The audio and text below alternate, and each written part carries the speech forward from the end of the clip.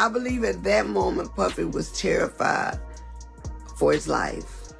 I think that he was afraid because all of the things that had gone out and about that party, they were singling him out, and I don't think that he thought he was going to survive. Al B. Sure has left everyone stunned after revealing what really happened with Angie Stone and her strange link to a white cult before her sudden passing. Angie wasn't just any artist, she was a respected figure in the music world, admired for both her voice and her wisdom. She was also among the first to notice Diddy's troubling behavior and even tried to help him change. For a short time it seemed like he did, but soon he fell back into his old patterns.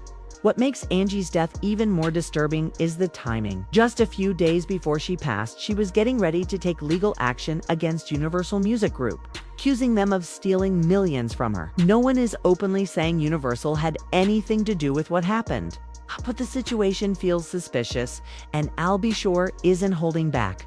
He shared private messages that Angie supposedly sent him, where she talked about the shady things she had uncovered. From what he's revealed, her death might not have been as simple as it appeared. Reports say Angie was heading home after a show when the crash happened.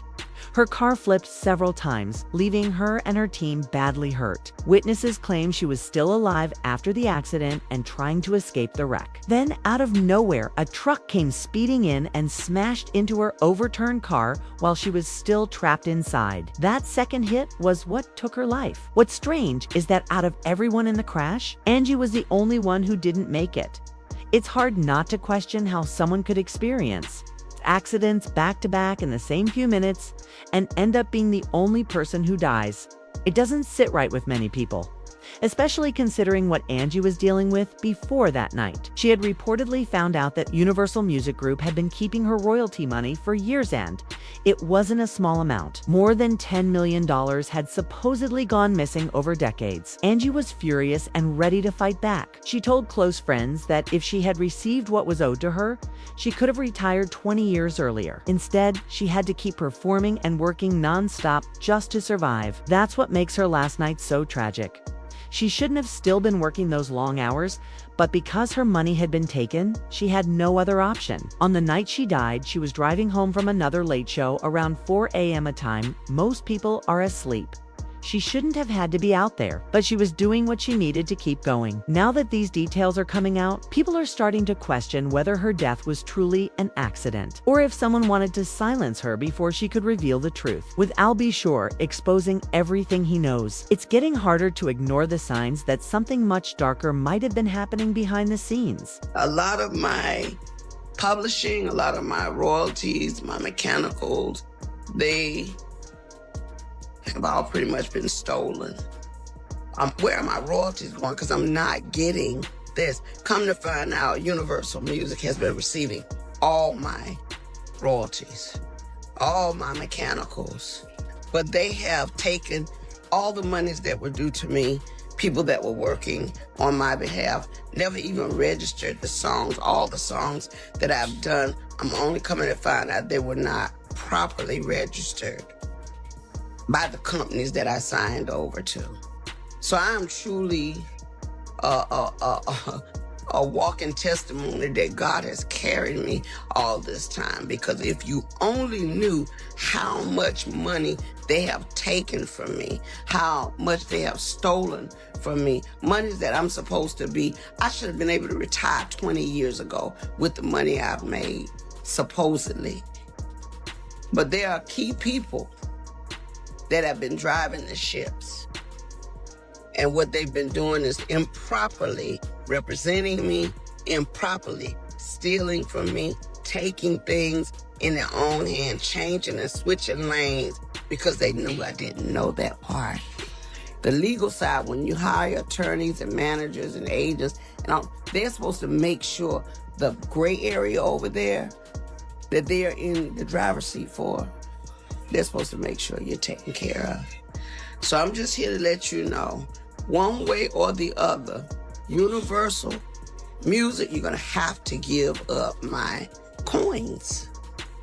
I mean, when you sit back and think Bruno Mars, Dr. Dre, when you think about all these people that have sampled music, if they're filthy rich on it, what's our problem?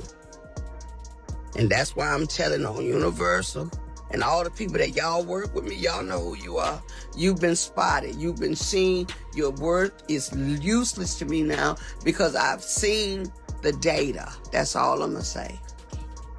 I got a team of people, a diesel crew, that's really trying to help me navigate things. And if I never get it, at least you heard it from me because I don't know what. And you probably caught that last part.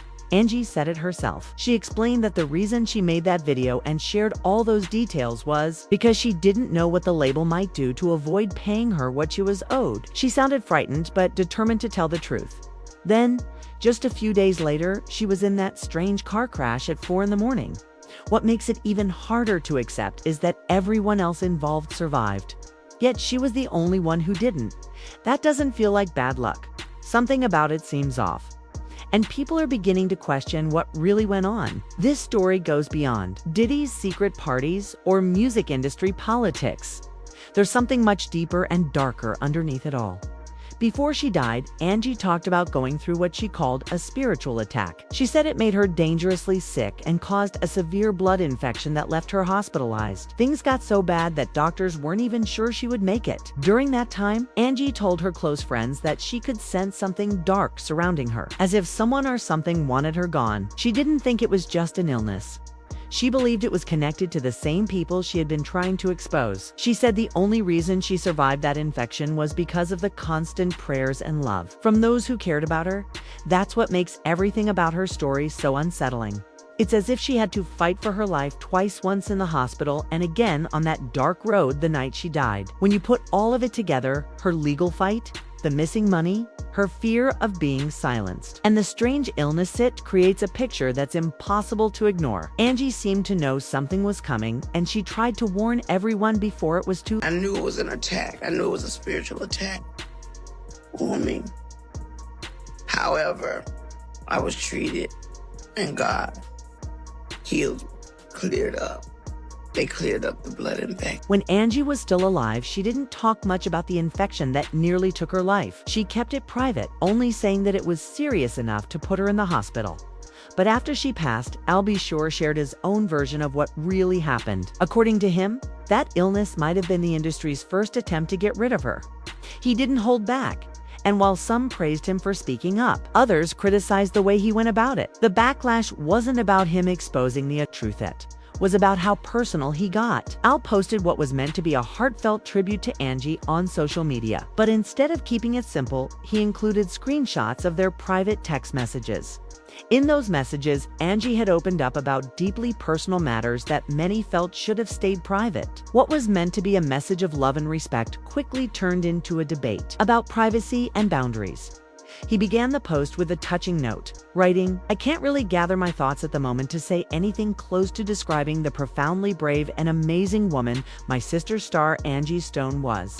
Started off like a normal tribute. But then he said he'd let Angie speak for herself through their final conversation. That's when he posted their messages, and people online immediately reacted. Many thought he had gone too far by revealing such personal exchanges, especially so soon after her death. The first message from Angie read, "Hey hun, it's Angie Stone reaching out to please give me a call ASAP. Lot of stuff happening regarding this transplant situation. I have 2 possible donors, but they are discriminating against blacks now. It's been 5 years." That message alone caught people's attention. She was not only battling a health crisis, but also claimed she was facing discrimination that was preventing her from getting treatment. Al's response was brief but kind. He wrote, "Hey there, Queen. Great to hear from you.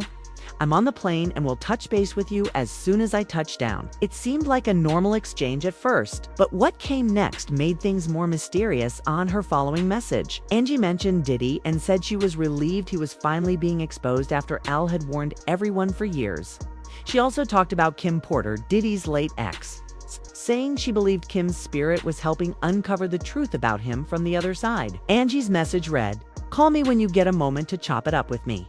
I've been praying hard for you ever since all this foolishness you've been saying for years finally been exposed, and he's going down. I didn't realize just how much craziness you had actually gone through, and it's so unfortunate. Now that I'm praying for you and supporting you on everything that you got going on, I pray that your son Quincy and yourself lock horn again, and he walks away from that whole ratchet situation as the whole world knows. He deserves to be with his biological father at this time. I know that Kim is resting in paradise.